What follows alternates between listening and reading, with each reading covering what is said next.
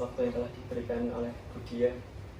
Kami perwakilan dari Universitas Muhammadiyah Surabaya, Fakultas Ekonomi dan Bisnis, Prodi Manajemen, akan sedikit mewawancarai Budia terkait materi dari mata kuliah manajemen operasional.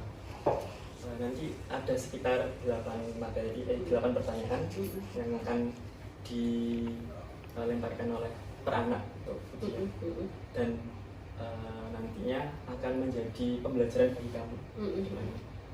Baik, langsung saja saya mulai. Pertanyaan pertama itu, bagaimana cara atau strategi Ibu Dia untuk menjalankan usaha Dia Cookies ini?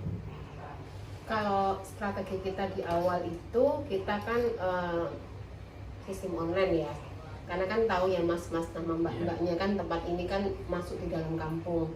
Jadi pertama itu kita berjualan lewat online aja, jadi lewat sosial media. Ini pertanyaan yang kedua, bagaimana Budia mendesain barang atau kemasan agar menarik pelanggan? Nah, awalnya itu kan saya nggak pakai desain, awalnya itu hanya berjualan kue.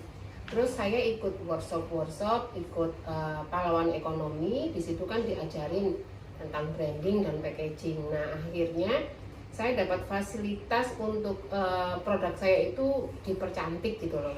Nah, di situ akhirnya kue kering saya itu saya kemas dengan sedemikian rupa yang alhamdulillahnya itu bisa menambah nilai jualnya kayak begitu. Jadi disitulah saya mengenal awal packaging dan membuat desain yang cukup bagus.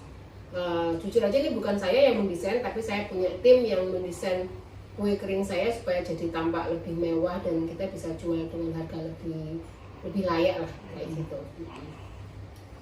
Baik, untuk pertanyaan selanjutnya, bagaimana cara Ibu menentukan bahan baku? Misal kayak Ibu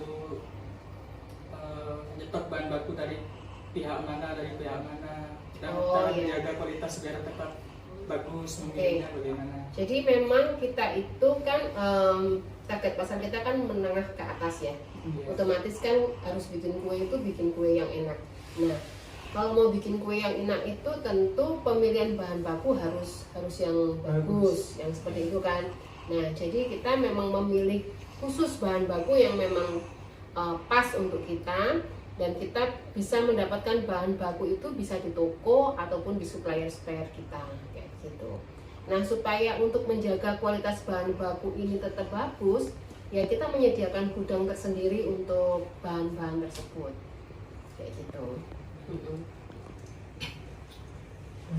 Pertanyaan selanjutnya, bagaimana cara Ibu menjaga kualitas produk tersebut agar tetap awet? Oke, jadi supaya produk kita tetap awet itu yang perlu dijaga adalah kebersihan. Waktu kita memproduksi kue kering itu mutlak supaya bahan. Ya, pertanyaan selanjutnya, bagaimana cara Ibu menjaga kualitas produk tersebut agar tetap awet? Oke, supaya menjaga kualitas tentu yang tadi adalah pemilihan bahan baku yang bagus. Terus yang untuk supaya kue kering kita itu awet, kita itu mutlak harus menjaga kebersihan pada saat produksi maupun waktu kita menyimpan kue-kue tersebut. Nah, jadi memang kami kan tidak menggunakan bahan pengawet ya. Jadi pengolahannya karena ini kue kering harus benar-benar kering kuenya supaya tidak terlalu banyak mengandung air. Karena kalau kue kering terlalu masih banyak mengandung air, dia itu gampang sekali rusak gitu, bisa berjamur atau rusak lah, tengi dan seperti itu ya.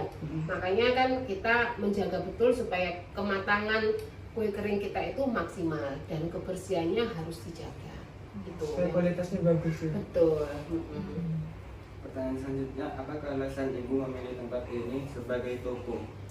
Sebenarnya saya nggak punya alasan ya, karena memang ini adalah awal saya ada di sini dan ini adalah tempat saya gitu. Kalau saya mau sewa di luar sih pengen banget saya bisa punya toko di luar, nggak di dalam kampung. Tapi kan modalnya mungkin belum ada ya saat ini. Karena kalau di pinggir jalan itu kan mahal dan kayak gitu. Jadi saya manfaatkan tempat yang ada, saya maksimalkan marketingnya melalui sosial media. Sekarang itu kan lebih mudah ya untuk berpromosi lewat sosial media tanpa kita harus ada di pinggir jalan, betul. Jadi kita memanfaatkan betul sosial media untuk mempromosikan tempat ini serta kue-kue kita kayak gitu. Baik Bu, saya ingin bertanya yaitu mengapa Ibu memilih desain tata ruang yang seperti ini Bu? Oke, jadi kenapa saya memilih desain dan tata ruang seperti ini? Ini awalnya kan rumah. Nah, rumah itu yang rumah sangat sederhana gitu kan, hanya ruang tamu, teras kayak gitu. Nah, karena target pasar kita itu adalah menengah ke atas, otomatis saya itu harus menyamakan persepsi antara pembeli sama tempat yang mereka beli gitu kan. Jadi kemarin-kemarin kan kita belum punya modal, jadi mereka kuenya enak, lumayan harganya, tapi kok tempatnya cuman begini kayak gitu ya. Jadi kan saya mau menyamakan persepsi supaya apa yang ada dalam pikiran pelanggan itu sama dengan yang mereka bayangkan. Ketika mereka datang, oh iya ya ternyata harga kuenya worth it sama harga serta rasa dan tempatnya. Jadi saya menyamakan persepsi itu. Itu yang kenapa makanya saya mau mendesain walaupun di dalam kampung, tapi saya desain toko ini seoke mungkin kayak gitu. Baik, pertanyaan selanjutnya, bagaimana cara Ibu mengelola persediaan produk kue? Bagaimana saya mengolah persediaan kue kering? Jadi kita ini kan tidak open PO ya. Kalau di luar peak season ataupun peak season kita kan selalu menyediakan. Memang salah satu kemudahan yang didapatkan dari Dia Cookies adalah kita ready stock. Nah, caranya gimana? Ya kita produksi tiap hari. Kita berjualan tiap hari, akhirnya orang jadi aku mau kapan aja beli nastar itu punya, kita ada kayak gitu. Makanya ya kita jualan aja tiap hari seperti itu. Mungkin kalau boleh tahu untuk setiap variannya nyetok berapa pieces gitu? Tidak menyetok berapa pieces ya, jadi tergantung. Kalau semama ini tinggal dikit ya udah kita bikin, ini tinggal dikit kita bikin kayak gitu. Jadi jangan sampai kosong supaya pelanggan tidak kecewa. Terus cara menyusun atau mengelola jadwal produksi itu gimana? Sesuai dengan stok yang ada. Jadi misalnya karena kan jadi kan nggak bisa diprediksi ya. Kadang-kadang yang laku keras kastengel kayak gitu kan. Tiba-tiba kecepatan penjualannya lebih cepat daripada nastar. Padahal perkiraan biasanya nastar yang paling laku. Tapi pada satu saat bisa kastengel lebih laku kayak gitu. Jadi kita stok aja. Catatan kita kan ada yang fast moving itu apa, yaitu yang kita produksi kayak begitu. Ya, mungkin 8 pertanyaan itu sangat menjawab dari pertanyaan kami untuk penelitian kami atau wawancara kami memenuhi tugas mata kuliah kami. Semoga kedepannya apa yang Ibu sampaikan bermanfaat bagi kami dan teman-teman. Amin. Semoga kalian semua sukses ya. Amin. Semangat belajarnya.